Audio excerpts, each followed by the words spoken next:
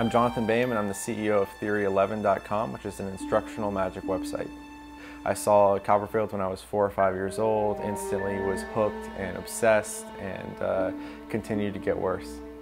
I think it still is that feeling of wonder that keeps me going. I think every day when we see, we've got a whole team of people in Theory11 that are looking at new tricks every single day, and people submit stuff to us, and we get these videos of new magicians and old magicians submitting videos of their tricks. Some of them aren't original, some of them are, but every once in a while we get that gem. That's that trick that, I see it for the first time, and it could be the grainiest YouTube video you've ever seen.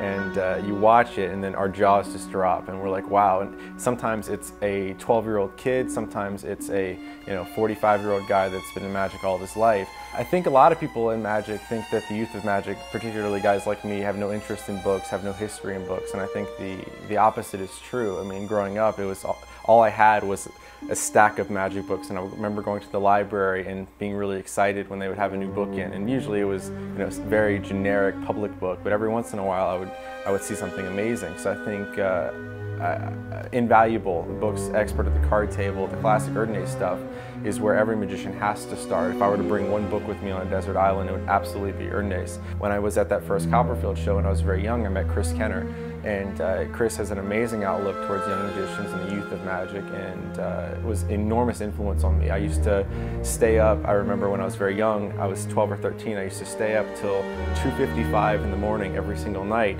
and I would set my alarm even on my phone. And it was because when Chris Kenner, it was with David Copperfield, he was performing at the MGM Grand in Las Vegas, he would finish around midnight every night, and I would stay up to make sure that I was awake when he called, because this was a very important relationship for me to have, and I was learning and I was listening and I was asking questions and seeking advice. So overall, I think no matter where you are in magic, I think you have to have someone that you can turn to, even if it's someone on an equal level as you, for advice, and to say, how does this look? How does this move look? How does this trick look? Just so that you're getting unfiltered advice. And I think they have to be honest, and I think they have to be knowledgeable, but it really doesn't matter who they are. I think the type of magic that I personally gravitate towards the most is things that are simple and visual and direct. I think magic that, there's a reason why you see specific magic effects on television and certain effects that you don't. And the camera lens is kind of a good comparison to the eye of your spectator. If it bores someone, if you can't stare at it and watch it, and you want to look away or change the channel, you have to approach your spectators the same way.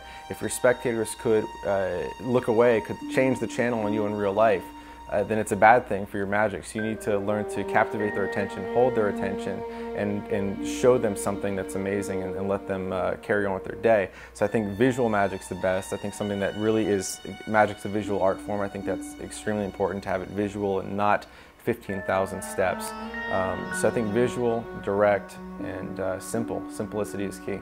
I think the internet has had a huge effect on magic, undoubtedly. I think a lot of people would say, oh, the internet's killing magic and it's exposing nonstop, but really the internet has had a transformative effect on magic, and it's only going to get more. It's only going to increase more and more. I think the biggest plus of what the internet has brought to magic is a sense of community.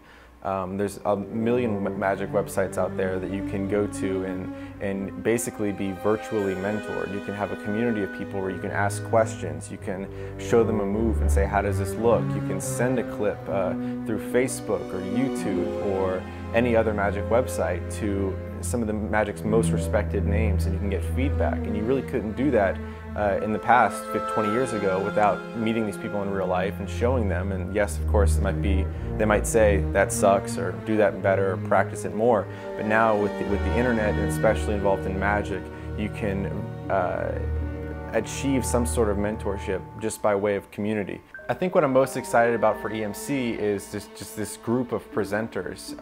Starting at the top, Luis de Matos is one of the guys I used to respect more than anyone else when I was a stage magician. I remember as a kid writing him emails, and I used to watch his stuff with googly eyes, like I was watching David Copperfield, and he was of that stature to me. I respected him more than anything, so being friends with him now is an amazing thing, very inspirational thing for me personally. But every single presenter on the list at EMC is someone that I admire and I respect, and it's an amazing thing to have them all in one room presenting, and for the cost that it is, for $75, it is something that every single person that's serious about their magic should be involved in.